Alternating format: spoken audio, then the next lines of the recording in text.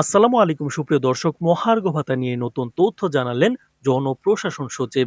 তো দর্শক দেখতে পাচ্ছেন যে ৩০ এপ্রিল ২০২৫ তারিখে যুগান্তর পত্রিকায় কিন্তু মহার্ঘ ভাতা নিয়ে নতুন আপডেট এসেছে। তো দর্শক আজকের ভিডিওতে সম্পূর্ণ প্রতিবেদনটি আপনাদের সাথে আলোচনা করব।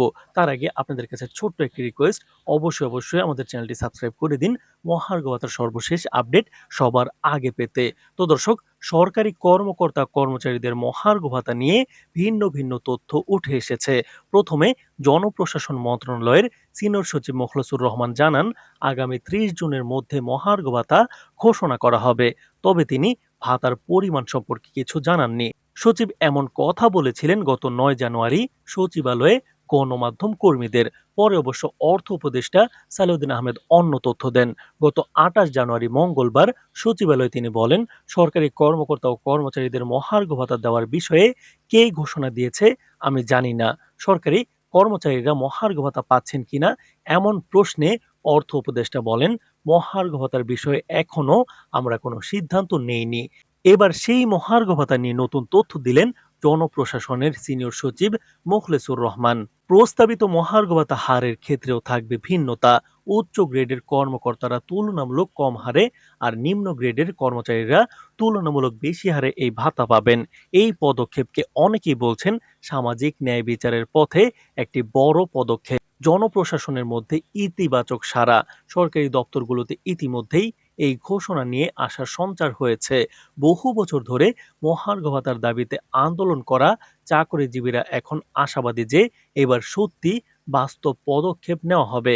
বিভিন্ন মহলে এই উদ্যোগকে ঐতিহাসিক এবং জনমুখী হিসেবে আখ্যা দেওয়া হয়েছে। প্রধান উপদেষ্টা ডক্টর ইউনূস এ প্রসঙ্গে বলেন, সরকারি চাকরিজীবীদের জীবনমান উন্নয়নের জন্য আমরা প্রতিশ্রুতিবদ্ধ। এই ভাতা বাস্তবায়ন সময় ও বাস্তবতার উপর নির্ভর করলেও আমাদের সদিচ্ছার কোনো ঘাটতি নেই। তো দর্শক, ভিডিওর এই পর্যায়ে এসে এখন পর্যন্ত যারা আমাদের চ্যানেলটি সাবস্ক্রাইব করেননি, অবশ্যই চ্যানেলটি সাবস্ক্রাইব করে দিন।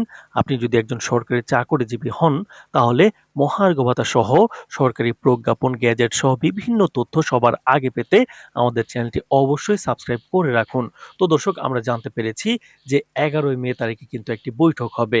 তো দর্শক দেখতে পাচ্ছেন যে সব মিলিয়ে ১১ মে তারিখের বৈঠককে কেন্দ্র করে সরকারি চাকরিজীবীদের মধ্যে নতুন করে আশা জাগছে। এই বৈঠকে চূড়ান্ত ঘোষণা এলে একদিকে যেমন তাদের অর্থনৈতিক স্বস্তি আসবে, তেমনি সরকারি চাকরিজীবী সম্পর্ক আরো দৃঢ় হবে বলে মনে করছেন বিশ্লেষকরা। তো দর্শক, আমরা আশা রাখছি অবশ্যই মহার্ঘ ভাতার বিষয়টি খুব দ্রুতই আপনারা পেয়ে যাবেন। মহার্ঘ ভাতা নিয়ে ইতিমধ্যেই কিন্তু ব্যাপক আলোচনা হয়েছে। গত ডিসেম্বর মাস থেকে শুরু হয়েছে। এখন আশা করা হচ্ছে যে আগামী বাজেটেই মহার্ঘ ভাতা প্রদান করা হবে। একটা বড় বরাদ্দ আসবে। আগামী ২ জুন কিন্তু বাজেট ঘোষণা করা হবে। আর সেই বাজেটেই মহার্ঘ ভাতার একটি বড় সিদ্ধান্ত আসতে যাচ্ছে বলে অনেকেই বলছেন। তো দর্শক, আগামী ১১ই মে তারিখের দিকেও আমাদের তাকিয়ে থাকতে হবে। এছাড়াও আমরা জেনেছি যে ১০ এবং ১১ মে কিন্তু ঢাকায় একটি মহার্ঘ ভাতার বিষয়ে সভা এবং সম্মেলন হবে সরকারি চাকরিজীবীদের পক্ষ থেকে। সেখান থেকেও বিভিন্ন দাবি দাওয়া জানানো হবে বলে আমরা তথ্য পেয়েছি। তো দর্শক, আশা করি আজকের ভিডিওটি খুবই উপকারী হয়েছে আপনার জন্য। যদি ভিডিওটি উপকারী হয়ে থাকে, তাহলে অবশ্যই চ্যানেলটি সাবস্ক্রাইব করে দিন। আপনি যদি একজন সরকারি চাকরিজীবী হন, তাহলে অবশ্যই চ্যানেলটি সাবস্ক্রাইব করে রাখুন মহার্ঘ ভাতার সর্বশেষ আপডেট সবার আগে পেতে। তো দর্শক, আজ এই পর্যন্তই। ধন্যবাদ।